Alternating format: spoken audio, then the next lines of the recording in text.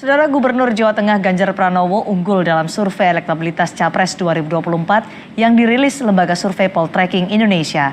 Menteri Pertahanan Prabowo Subianto dan Gubernur DKI Jakarta Anies Baswedan menyusul masing-masing di posisi kedua dan ketiga. Tiga nama kuat Ganjar Pranowo, Prabowo Subianto, dan Anies Baswedan berada di tiga posisi paling atas dalam survei Poltreking Indonesia periode 16 hingga 22 Mei 2022 yang melibatkan 1.220 responden. Nama Ganjar, Prabowo, dan Anies muncul di posisi teratas baik dalam simulasi 18 nama capres, 15 nama capres maupun 10 nama capres.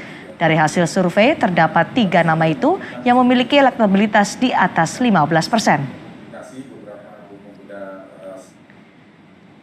Untuk simulasi 10 nama capres, hasil survei Poltreking Indonesia menempatkan Gubernur Jawa Tengah Ganjar Pranowo dengan elektabilitas tertinggi 26,9%. Disusul Menteri Pertahanan Prabowo Subianto di posisi kedua dengan elektabilitas 22,5% dan Gubernur DKI Jakarta Anies Baswedan di posisi ketiga dengan 16,8%. Di bawah ketiganya ada sejumlah nama, diantaranya Ketua Umum Partai Demokrat Agus Harimurti Yudhoyono dengan elektabilitas 3,6% dan Ridwan Kamil 3,4%. Selain elektabilitas capres, Poltreking Indonesia juga melakukan survei elektabilitas sejumlah nama kandidat calon wakil presiden. Dari simulasi 10 nama cawapres, elektabilitas tertinggi diduduki Menteri Pariwisata dan Ekonomi Kreatif Sandiaga Uno dengan elektabilitas 15,5%, disusul Menteri BUMN Erick Thohir dengan 12,4%. Di urutan ketiga, Ketua Umum Partai Demokrat Agus Harimurti Yudhoyono elektabilitas 11,7% dan Gubernur Jawa Barat Ridwan Kamil dengan elektabilitas 8,1%. Ketua DPR Puan Maharani 6,8%. Baik, Ganjar Pranowo, Prabowo Subianto, dan Anies Baswedan kembali menempati posisi teratas dari hasil survei Poltreking Indonesia paling baru dari bursa kandidat Capres 2024. Kami akan membahasnya dengan Direktur Eksekutif Poltreking Indonesia, Hanta Yuda. Selamat sore, Mas Hanta. Selamat sore. Mas Hanta, tetap dominasi 3 nama Capres, ada Ganjar Pranowo, kemudian Prabowo Subianto, dan Anies Baswedan. Apakah ada pergerakan yang signifikan dari 3 nama kandidat capres ini yang kita sudah dengar dari beberapa pekan atau bahkan bulan lalu? Ya, dari temuan survei terbarukan, memang ini makin mengokohkan kandidat calon presiden itu semakin kokoh di 3 nama saja. Jadi grafiknya itu yang 3 semakin ke sana, terpisah nama-nama lain itu di bawahnya, hanya 4% tadi seperti ditampilkan oleh Kompas TV. Jadi dari data ini menunjukkan bahwa kemungkinan untuk muncul nama-nama yang potensial secara elektabilitas sebagai capres mesti ada peluang, tapi semakin kecil peluang, kecuali ada dinamika politik yang luar biasa. Nah, ini yang saya kira menjadi catatan. Tetapi dinamika di antara 3 ini yang mungkin dinamis. Apakah Ganjar selalu di atas? Belum tentu. Ketiganya kalau kita perhatikan selisihnya lebih kurang 5-6%. Sementara margin of error dari survei ini kan 2,9%. Jadi plus minus bertemu antara nama Ganjar, Prabowo, dan Anies ini sebenarnya kesimpulannya kompetitif karena jaraknya cukup tipis satu. Kemudian pemilu Fendi masih diselenggarakan cukup lama, sekitar 20 bulan lagi di Februari 2024. Artinya 3 nama ini amat sangat kompetitif.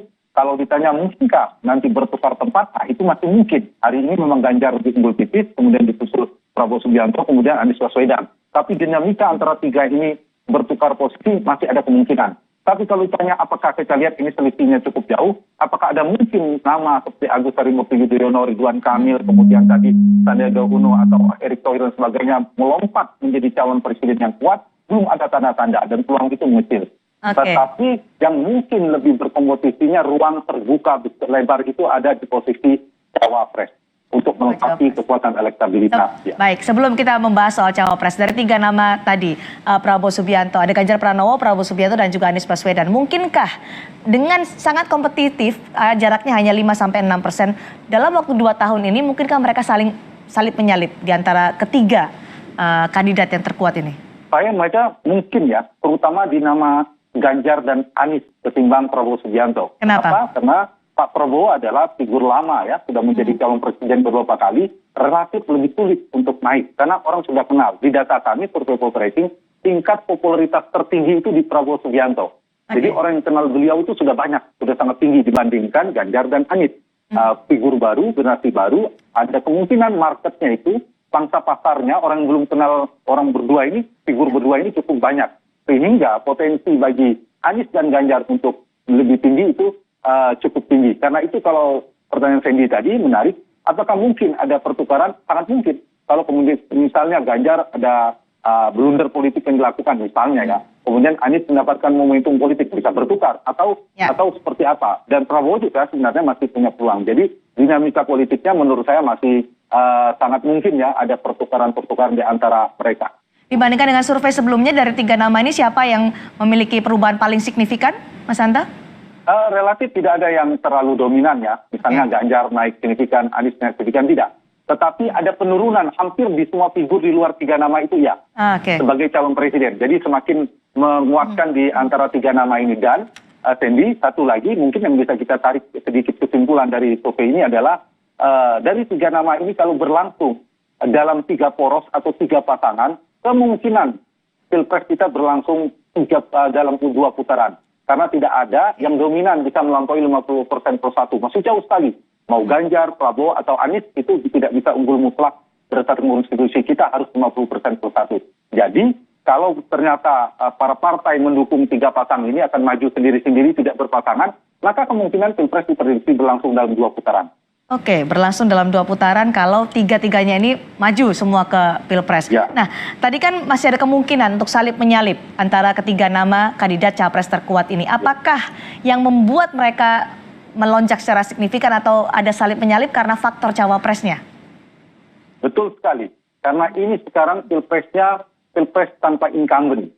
Beda, bukan Pilpres di periode kedua seorang incumbent. Faktor cawapres seperti Pak Budiono, wakilnya PSB di periode kedua, dan Pak Maruf Amin di periode keduanya Pak Jokowi, itu beda. Tapi di periode pertama, pada saat itu Pak JK menentukan faktor kemenangan.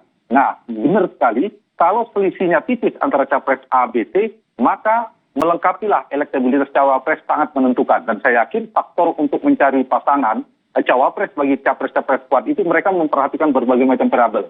Tentu sebagai kekuatan elektabilitas, faktor kemenangan. Dalam election, yang kedua adalah tiket partai dalam tahap kandidasi pencalonan atau juga mungkin kekuatan logistik. Tapi yang lebih determinan, yang paling menentukan cawapres untuk periode ini, untuk Pilpres 2024 menurut saya adalah kekuatan elektabilitas. Karena itulah kita memotret, survei ini Sandy juga memotret nama-nama potensial kuat sebagai cawapres. Nah, tadi kan dari hasil poltreking juga dari surveinya untuk cawapres nama tertinggi ada Sandiaga Salahuddin Uno 18,2%, kemudian ada Erick Thohir 16%, AHY 14,1%, kemudian Ridwan Kamil 11,4% dan Puan Maharani 7,2%. Ini kombinasi yang sudah diperkirakan oleh poltreking bagaimana, Mas? Iya, pertama sama dengan capres. Ketika capres saya bilang ada 2 figur baru. Tidak bisa kita lihat sama ya di figur baru. Sama capres mungkin Mas Sandiaga Uno itu juga cawapres, mantan cawapres. Jadi harusnya modal Sandi harus lebih tinggi. Jadi kalau Sandi dapat 18% itu tidak mengejutkan. Menurut saya tidak begitu tinggi. Nah, yang menarik ada nama-nama yang kita bikin simulasi 15 nama, 10 nama, berbagai macam simulasi sebenarnya banyak sekali. Sandy, itu ditemukan konsisten dalam simulasi elektabilitas cawapres, 5 besarnya adalah saru 5 orang ini. 5 figur ini elektabilitasnya selalu melampaui 5%, yaitu Sandiaga Uno, kedua adalah Erick Thohir, di runner-up-nya bertukar pernah dengan Agus Harimurti Yudhoyono.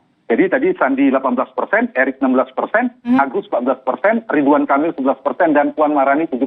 Sebenarnya di bawah Puan Maharani ada Kofifa Indar Parawansa. Kofifa itu di angka 4,9%.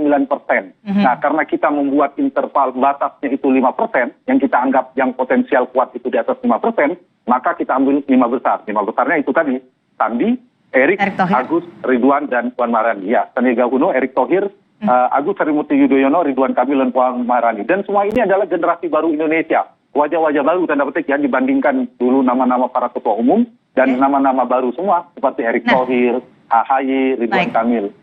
Yang dilakukan oleh poltreking adalah mengkombinasikan capres, ada kandidat capres dengan kandidat cawapres. Ada Ganjar dengan Erick Thohir ketika dipasangkan mendapatkan elektabilitas 27,6% dari responden.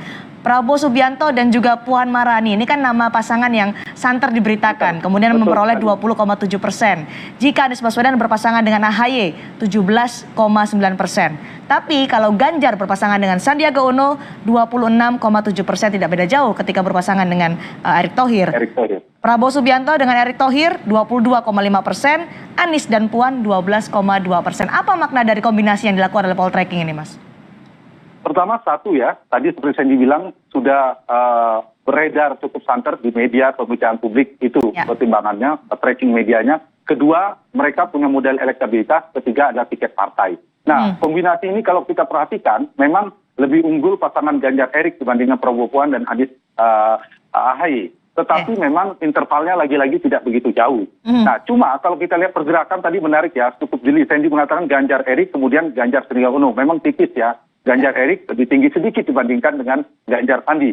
Nah, ketika Prabowo Puan dengan Prabowo Erick, itu Prabowo Erick lebih tinggi 22,5% dibandingkan Prabowo Puan 20,7%.